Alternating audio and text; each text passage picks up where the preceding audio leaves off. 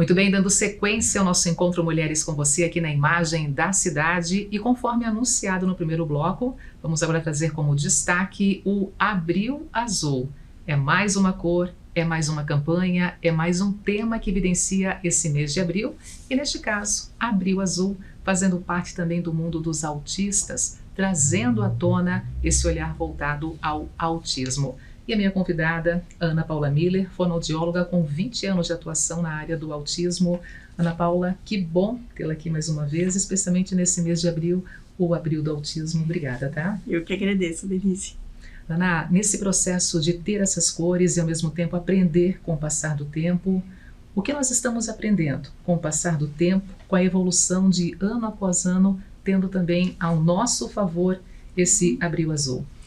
Nesses últimos anos, né, o autismo ficou muito em evidência, né? É uma patologia que há 25 anos atrás a gente não conhecia exatamente nada. E a partir desse momento foram sendo feitas pesquisas e a gente foi conhecendo então esse transtorno.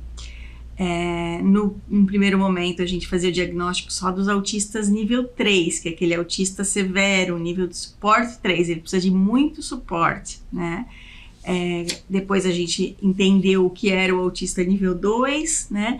Para muito recentemente, né? Agora nos últimos anos, na prática esse boom aconteceu mesmo depois da pandemia, a gente veio fazer diagnósticos de autistas nível 1, né? Aqueles que precisam de pouco suporte e que têm uma vida com mais independência e autonomia. Então isso mudou muito ao longo dos anos, principalmente em relação ao diagnóstico deles. Ana, isso não significa que antes não tínhamos casos de autismo. Nós tínhamos, já estava na sociedade, mas a diferença é que não tinha essa denominação e não tinha também um olhar por parte da própria medicina, digamos assim, para acompanhar esse paciente. Mas o autismo já é de muito tempo, ele sempre esteve presente na sociedade. Sempre esteve presente, né? Quando as famílias trazem um caso novo, a gente sempre acaba se remetendo a algum familiar que tenha as características do autista, né? Então é um vô, um tio, né? Alguém, às vezes até um pouco mais distante, mas na família tem outros casos, né? Muitas pessoas ficaram subdiagnosticadas, então assim, mulheres em depressão, que trataram anos e anos e anos um quadro de depressão e hoje foram diagnosticadas autistas, então aquela depressão era uma comorbidade do autismo, era um sintoma do autismo, né? O TDAH também, às vezes camuflava, né, o autismo, então muitas pessoas diagnosticadas com transtorno do déficit de atenção e hiperatividade, na verdade tinham autismo, né, com um TDAH. Então isso a gente foi entendendo a partir, né, dos últimos anos. E hoje o diagnóstico é feito, né, com muito mais efetividade. E os casos aumentaram muito, então, a partir da pandemia, porque os adultos foram procurar esse diagnóstico, né? Eles perceberam uma certa facilidade em trabalhar em casa, né, ali durante o tempo que a gente ficou cada um nas suas casas. E nessa volta ao trabalho, na volta para a empresa, sentiram algumas dificuldades. E aí eles foram procurar pelos médicos, né? No caso do adulto é o psiquiatra que faz esse diagnóstico e começaram então a ser descobertos como autistas. E nessa questão, uma das complicações ou um dos fatos que pega muito quem tem o autismo é esse convívio social, esse estar em sociedade. Por quê? O que acontece com quem tem o autismo justamente nessa interação com a sociedade em alguns casos? A maior característica do autista, e que a gente pode dizer que ele está presente em praticamente todos os casos, é a dificuldade de comunicação. Então, às vezes é a questão de receber a mensagem, como essa pessoa recebe a mensagem. Então a gente pode ter um autista nível 1, que conversa, que tem sua família, que trabalha, mas que às vezes não entende uma metáfora, não entende recados nas entrelinhas, assim, né? Tem coisas sutis que ele não consegue perceber numa conversa.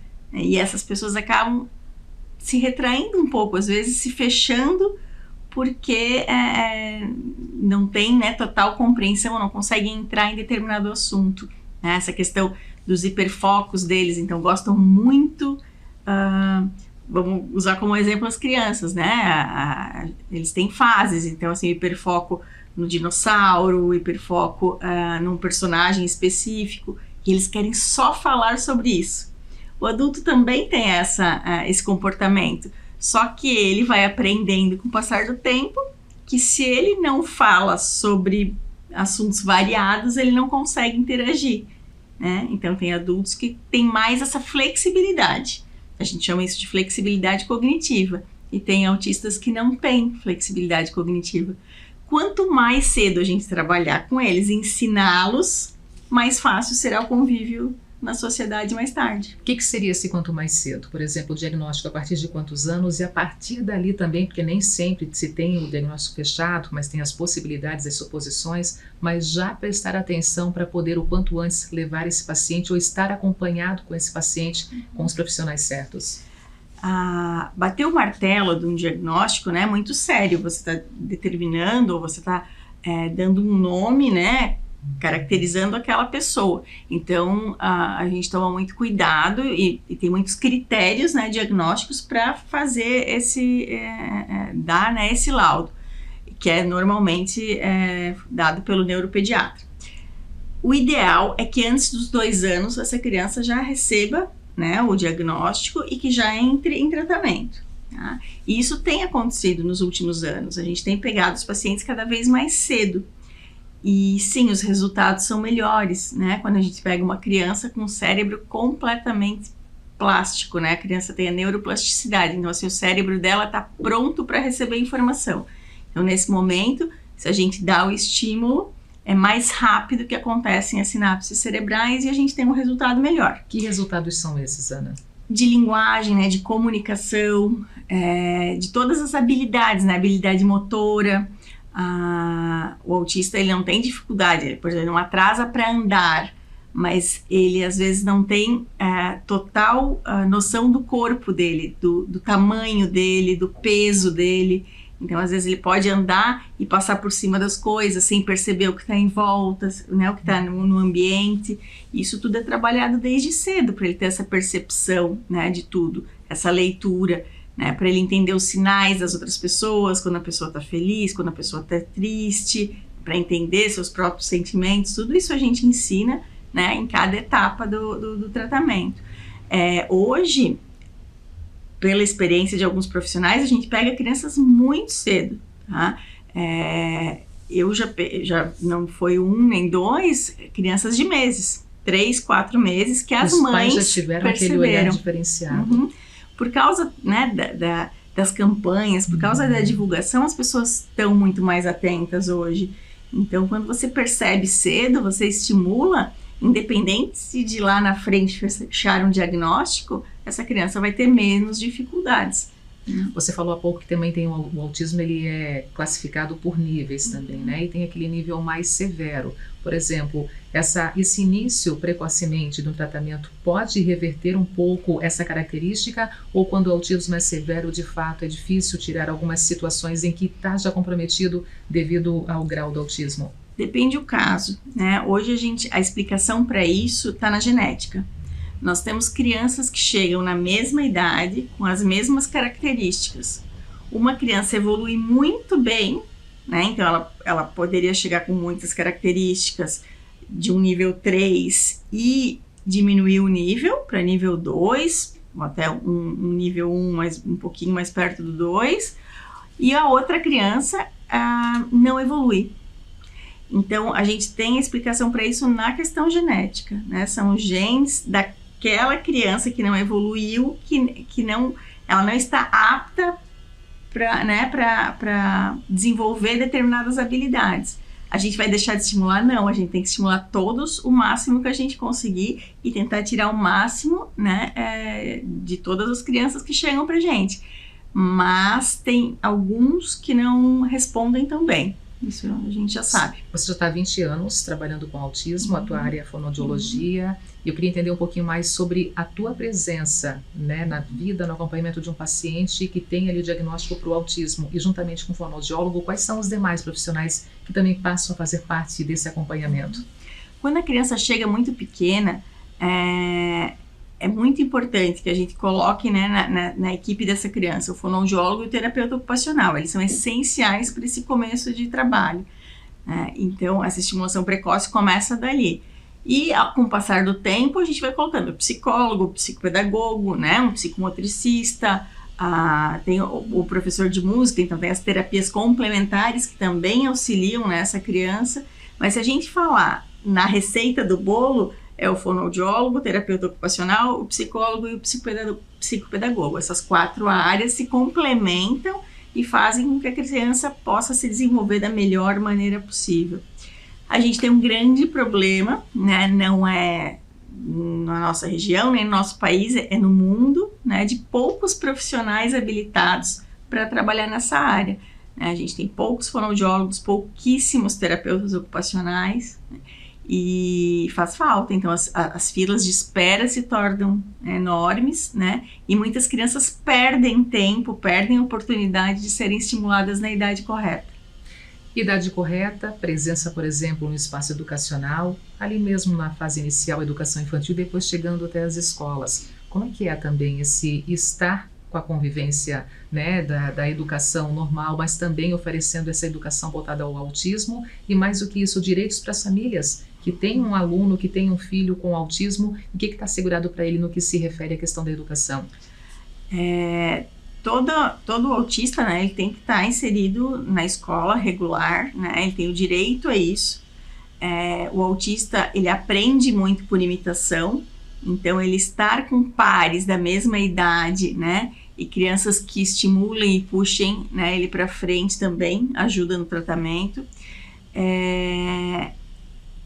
Quando eu comecei a trabalhar, né, há mais de 20 anos atrás, a gente tinha um autista por escola. Hoje a gente tem 3, 4, 5 autistas por sala de aula. Essa é a nossa realidade hoje, né? E esse é o grande desafio da educação daqui para frente. Lidar com perfis diferentes de crianças, né? Não digo só dos autistas, mas de todas essas crianças que estão ali dentro, né? Fazer a inclusão de uma maneira efetiva, dar o suporte que eles precisam, né? Então, em salas de aula que muitas vezes não são adequadas ainda, né? A escola ainda não se adequou, a escola ainda não tem um ambiente próprio para o autista. Eu vou dizer, Denise, que assim, tem muitos pais, né, lutando por homeschooling, né, pelo ensino em casa. Eu, particularmente, sempre fui contra. Eu acho que a criança tem que ser inserida no ambiente escolar, ela tem que estar no meio social, né? Mas a gente vem enfrentando grandes desafios na educação, grandes desafios. Esses desafios têm que ser colocados como um objetivo urgente. 2 perguntas que imagino que muitas famílias fazem. O que acontece para ter um autista na família, para ter uma pessoa com autismo? Do que vem o autismo? E uma outra questão, o autismo tem cura, Ana? O autismo não tem cura, né? Ele é um transtorno, ele não é uma doença. Quando a mãe está grávida de 2 semanas lá, está formando o embrião e o sistema nervoso central, o autismo já está, né, nesse embrião. Então, e a causa dele é genética. 77% das causas do autismo, dos autistas, tem causa genética. Então, tem outras pessoas na família. Quando tem 2, 3 meninos, né, filhos meninos, a probabilidade é muito grande, né, de mais de um ser autista. Isso acontece. A gente dizer, mas se for menina a probabilidade não é tão grande. Isso a gente já sabe que é mentira, porque as meninas também têm. Apesar do azul caracterizar justamente o maior número de meninos, por isso evidenciar o autismo com azul, mas temos muitos casos de meninas também com autismo. Temos muitos e ainda muito pouco diagnóstico, né? As mulheres acabam passando despercebidas. Às vezes vão se descobrir só lá na idade adulta, né, como autistas, com o sintoma principal da depressão.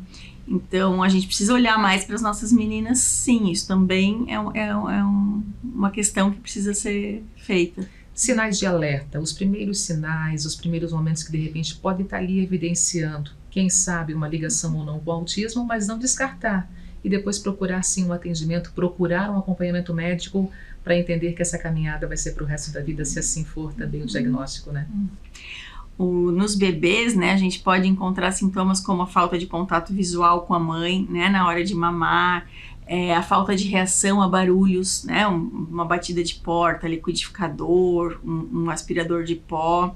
Então, eles podem ser crianças com poucas reações ou o contrário, crianças com uma reação muito extrema. São bebês que choram muito, que se assustam com muita facilidade, que choram na hora da troca de fralda, né? Então, o banho, a troca de fralda, de roupa é muito traumática.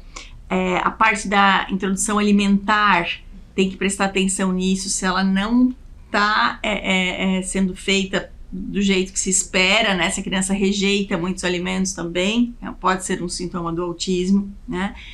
Se a criança passou todo esse primeiro ano com desenvolvimento considerado adequado, depois vem a questão da fala, da linguagem. Se essa criança não começar a falar, pode ser um sintoma, e esse é o sintoma que mais traz os pacientes, né, num primeiro momento, é a falta da linguagem oral.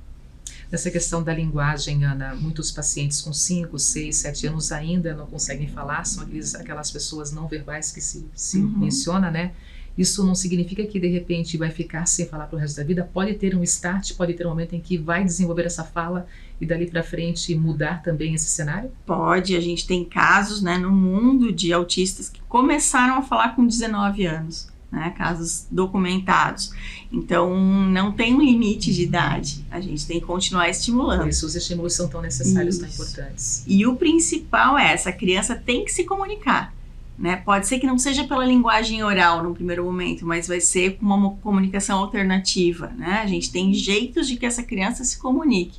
E isso também vai facilitar um possível aparecimento da fala um pouco mais para frente. Por isso é importante as famílias entenderem cada vez mais também desse assunto e viverem isso. Quando tem o diagnóstico, viverem isso e não trazerem aquela rejeição que em muitos casos acontece também, rejeitar o diagnóstico e tentar seguir normalmente quando não é normal justamente aquele momento, né? O trabalho em casa eu considero o principal, né? Por mais cansativo que seja, e a gente também tem que olhar para essas mães e cuidar delas, né?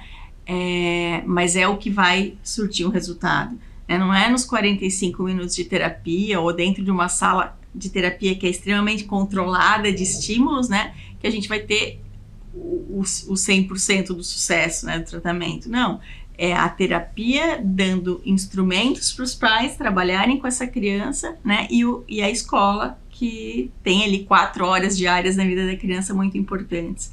Então, são essas três pontas que vão determinar, né, o desenvolvimento e o sucesso do tratamento desse autista. Que mensagem você fecha a nossa entrevista de hoje nessa temática, esse abril azul, esse abril de muito aprendizado sobre o autismo? Que mensagem você deixaria para quem nos acompanha? Não tenham medo de procurar ajuda, né? Eu entendo que é difícil receber um diagnóstico, mas quanto antes você chegar no profissional, você conseguir descrever as dificuldades e você ser acolhido e, né, o profissional entender isso e te ajudar a levar esse desenvolvimento da melhor forma possível, melhor. Então não tenha medo, procure, peça ajuda, que alguém vai lhe estender a mão. É isso aí, muito bom por estar conosco hoje aqui. Também foi uma entrevista que estendeu a mão para muitas famílias, trouxe muito aprendizado e ao mesmo tempo também muita forma de entender a realidade de muitas famílias. Obrigada, tá, Ana? Obrigada, Denise. Gente, intervalo comercial e na sequência tem muito mais, tá? Rapidinho, eu volto já.